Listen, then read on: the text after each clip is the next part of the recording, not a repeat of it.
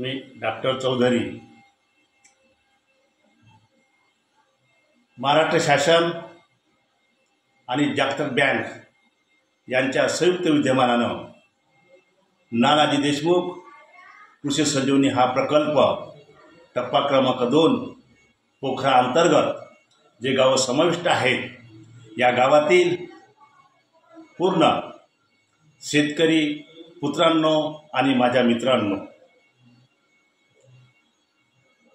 आपल्याला उद्योजक बनणं ही शासनाची इच्छा आहे आणि आपण या प्रकल्पामध्ये जल, जंगल, जनता, जनावरं आणि जमीन या सर्व बाबींचा समावेशक असल्यामुळे या संजीवनी प्रकल्पामध्ये आपल्याला उद्योजक बनण्याची एक सुवर्ण संधी आहे. आणि आपण उद्योजक का बनावं त्यासाठी एक उदाहरण देतोय की वडील आपल्या मुलाला जगवतो, वाढवतो, उंच शिकावं म्हणून काबाड कष्ट करतोय, वेळ आली तर अर्धपोटी सुद्धा राहतो. तर का?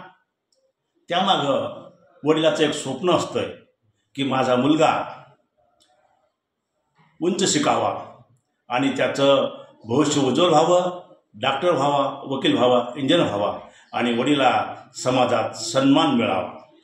त्याचप्रमाणे माझा शेतकरी बाप छोट्या रोपट्यापासून तर बीज परिपक्व होईपर्यंत त्याला खत, बी, फवारा सर्व खर्च करतोय.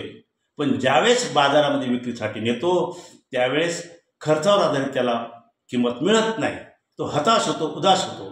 म्हणून शेतकरी पुत्रांनो, आपण शिकलेले आहात, कृषी पदवीधर आहात, तर 10 मित्र एकत्र या आणि फार्मर कृषी प्रोड्युसर कंपनी स्थापन करा आणि शेतातून उत्पादन केलेला माल थेट मार्केटला न नेता आपण त्यावर प्रक्रिया करा, मॅन्युफॅक्चरिंग करा, प्रोड्युसर करून उत्पादक व्हा आणि ग्रामीण भागातील शेतकऱ्याचा माल राज्यात नव्हे तर बाहेर राज्यात विक्री करण्याची क्षमता ठेवा आणि माझ्या शेतकरी बापाचं स्वप्न पूर्ण करा.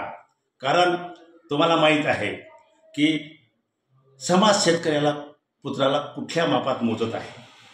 शेतकरीसुद्धा आपल्या मुलीसाठी शेतकरी मुलगा नाकारतो. का? तर शेती हा व्यवसाय शाश्वत नाही, हमी नाही. म्हणून जी कमी आहे ही भरून करण्यासाठी तुम्हाला उद्योजक बनणं आवश्यक आहे. त्यामुळे जो शेतकरी पुत्र आहे, आपण ग्रामीण भागातल्या सर्व शेतकऱ्यांना न्याय देण्याचं काम करणार आहात आणि हे सर्व एकासोबत 3 कामं होणार आहे. कारण माझ्या बेरोजगार बांधवांना रोजगार मिळणार आहे, शेतकरी बाबाचं स्वप्न पूर्ण होणार आहे आणि तुम्हाला स्वयंरोजगार मिळणार आहे.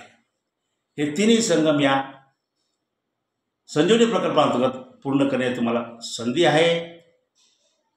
तरी आपण हे संधीचं सोनं करावं आणि माझ्या कृषी चॅनल या चॅनलला सबस्क्राईब करावं, लाईक करावं. यानंतर ही संधी पुन्हा येणार नाही. त्यामुळे हे सगळं आपण संधीचं सोनं कराल. पोखरा ही मे जूनमध्ये सुरू होत आहे, तरी आपण आजच तयारी करावी ही शासनाची इच्छा आहे. तरी शेतकरी पुत्रांनो, माझ्या मित्रांनो, मी आपल्यासमोर व्यवसायाचं चित्र उभं केलं आहे. आत्मकथा ही विनंती. धन्यवाद.